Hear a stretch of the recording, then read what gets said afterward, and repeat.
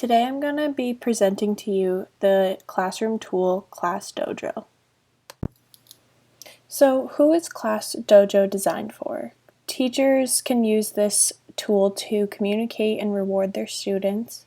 Students can communicate with the teacher.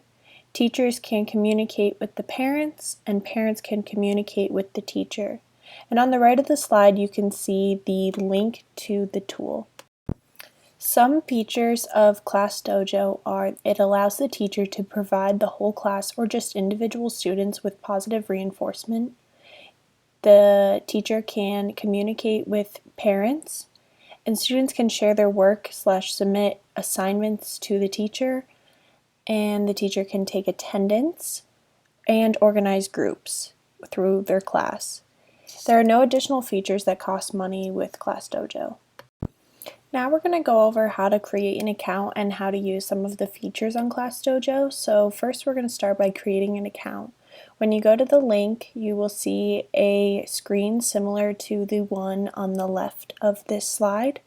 And you'll click the Sign Up tab in the top right hand corner. And you want to sign up for ClassDojo as a teacher. Once you have created an account, you will log in and you should see a screen similar to the one on the left hand side of the slide. For this activity we're going to be using a demo class that has already been created for you, and that will look similar to the one on the right hand side of the slide. The first feature we're going to go over is how to take attendance on ClassDojo. And to do that you want to first click on the attendance tab at the bottom of the screen.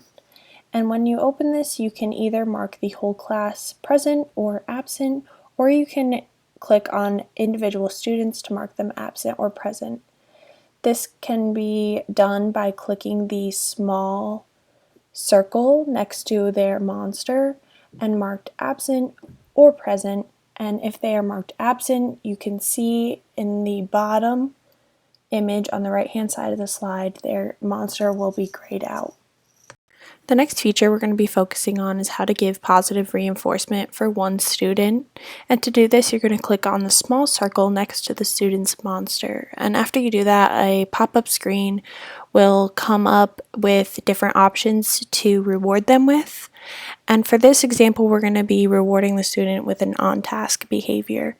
After you reward the student, their small circle next to their monster will turn green and will appear with a 1, or however many positive reinforcements they have received throughout the day.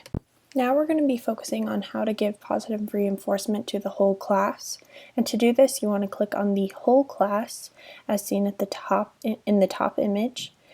And for this example, we're going to be giving the whole class positive reinforcement for participating.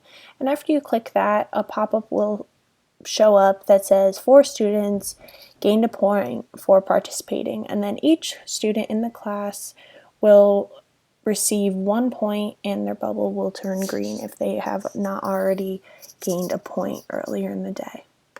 The final feature we're going to be talking about today is how to make groups with your class, and to do that you're going to click on the Toolkit tab at the bottom of the screen as you see on the left hand side of the slide. After you do this, a pop-up screen will show up with 8 or so options, and you want to click on the Group Maker tab. And after that you will be able to choose how many students you want in a group. And for this example I chose to put 2 students per group because there's only 4 in the class. And then it automatically organizes the students into groups and displays them on the screen as seen in the bottom left hand side of the PowerPoint slide. Now we're going to talk about some pros and cons of ClassDojo. And some pros are teachers can positively reinforce student behavior by giving points to an individual student or the class as a whole. The teacher can contact the parents directly through the website. Teachers can take attendance. And some cons that I've seen are students can log in on their own time and they can do this at home.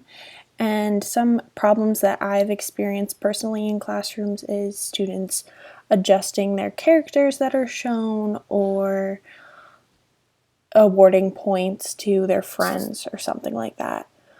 Another con is parents and guardians may not have access to a computer or smartphone to be able to communicate with the teacher through ClassDojo, and this can be very common in most classrooms. Now we're going to answer some true or false questions about ClassDojo, and the first one is, parents can communicate with the teacher through ClassDojo. And this is true if they have access to technology to do so. The second question is, ClassDojo can be used to take attendance for your class. This is also true and was one of the features that we went over in this presentation.